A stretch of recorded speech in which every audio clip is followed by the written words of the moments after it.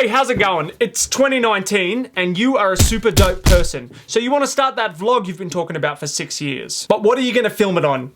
You've tried your phone, but you want to dedicate a camera to this endeavor. But you don't want to spend a lot of money because what if your vlog sucks?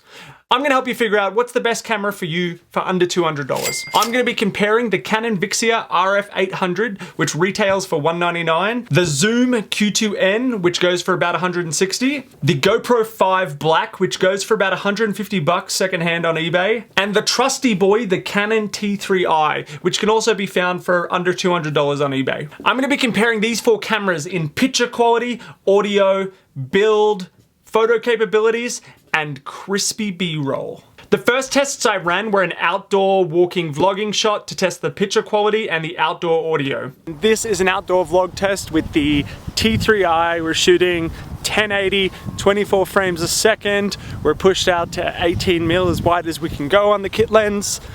How does my face look? How does my voice sound? This is an outdoor vlog test with the Zoom Q2N.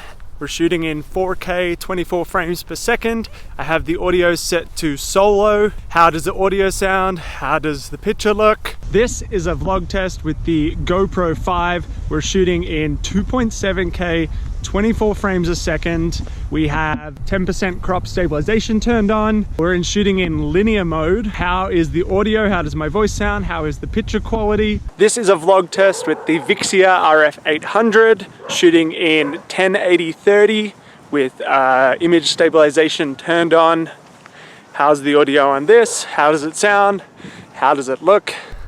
And if I do a slow pan, how does that look? Sun's back over there. Hopefully, nice soft lighting on my face. The next set of tests I ran were an indoor talking shot here in my studio to test how the audio sounded indoors.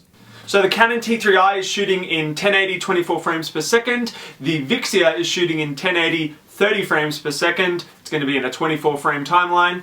I've got them all set up here in my studio with just some basic soft lighting here and a little hair light here. I wanted to have them all set up at once and do a 4-screen thing, but because the field of view is so wide on the two smaller cameras, I had to do 2 and 2. This is where I had the first two cameras, and then right here on my desk is where I have the Zoom and the GoPro. Also, if you're not already, I really recommend watching this with some headphones because you'll hear a huge difference in audio quality compared to just listening on your iPhone speaker. T3i just stopped recording. I think it has like a 10 to 12 minute recording limit, so that's something to think about. If you want to just throw this camera down and speak for an hour, T3i is probably not going to be your winner, is it? Also, the other thing about these two cameras is that they have flip out screens. It makes a really big difference in filming yourself. I can see what's going on, I can see what's in frame. Flip out screens are a huge help when it comes to vlogging. This is my main vlogging camera, and this flip out screen is vital. All these audio tests are just with the internal microphones. All have options to input an external microphone. So you could add an external microphone setup to this studio shot, although the Zoom really doesn't need it. But how is the audio quality on these cameras? This is the audio coming straight out of the T3i, and this is the audio coming out of the Vixia RF800. How do they sound? How clear is my voice? As I said, if you're not wearing headphones, it's going to be a lot harder to hear the difference between the two cameras. Also, background noise. Is there a lot of hum, vibration? Can you hear the lights humming? Because I can sure hear them.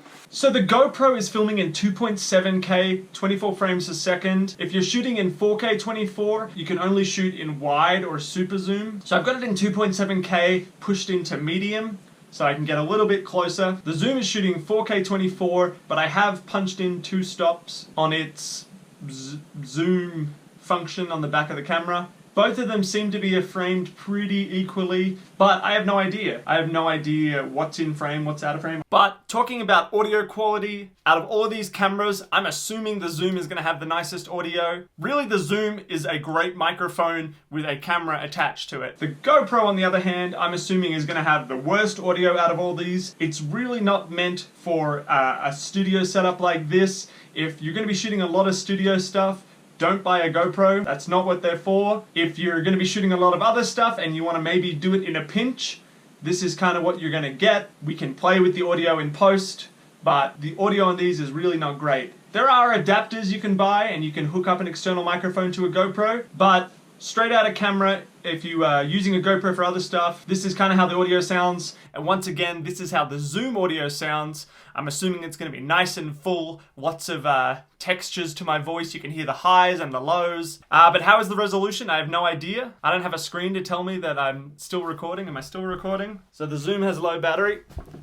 Zoom takes AA batteries. We'll talk about that some more later. How's the picture quality on these two smaller ones? Are you getting the gist of my 3-point lighting setup? Also, is my face look like distorted? You know, we're not getting really any depth of field on these smaller cameras, so everything's gonna sort of be in focus, so hopefully the lighting accentuates that a little. Now, as you know by now, the best way to make your boring life look interesting is with this decade's greatest invention, crispy B-roll. Crispy B-roll.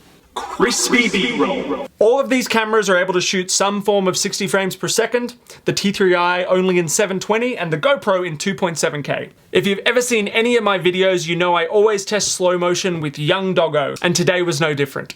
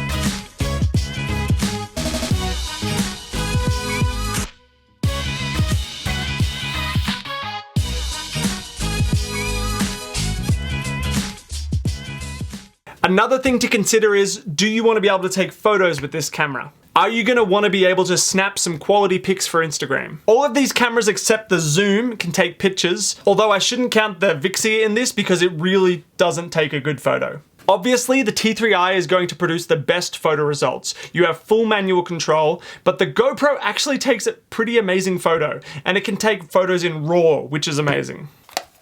And now for my final thoughts on all of these cameras. The T3i, it has the flip out screen, which is essential for vlogging. I tested it with the 18-55 kit lens, and it's a little tight for vlogging. You could easily get the 10 to 18 millimeter lens for cheap, which is a great vlogging lens. The picture quality in the video in these tests was a little soft for my liking, but that's only because I'm used to shooting in 4K. That being said, you have the most manual control over your settings, and you're gonna get the best dynamic range and color accuracy out of a camera like this when compared to these other ones. The Vixia RF800, it also has the flip out screen. The biggest thing that surprised me about the Vixia is how I really didn't like it in any of the tests. It had a really weird purple tinge to all the footage that I was able to white balance and fix the look of, but in most of the tests, the footage wasn't very sharp, it was a little soft, but there are times when the Vixia can come in handy. The T3i has about a 10-minute recording limit, whereas the Vixia can shoot for as long as you have battery and memory card. It can shoot for hours. So I feel like the only thing I could recommend this for is if you were trying to shoot for long periods of time, like a lecture or a child's sporting game, or just like a simple video journal where you wanted to sit down for a long period of time and just record your thoughts. It definitely has some really nice features as a $200 video camera, but for vlogging, I can't say I would recommend it. The Zoom and the GoPro, I love both of these cameras for how small and compact they are. I'm used to vlogging on something like this.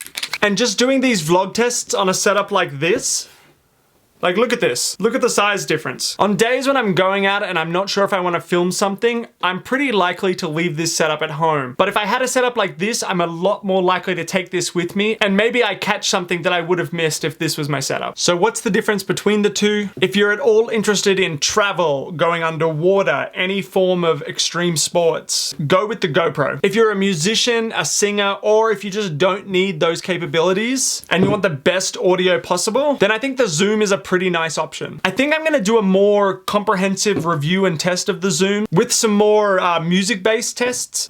Let me know by carrier pigeon if that's something you'd like to see. There's quite a few DSLRs around this price point that you can find. I went with the T3i just for my boy camera memes on Instagram.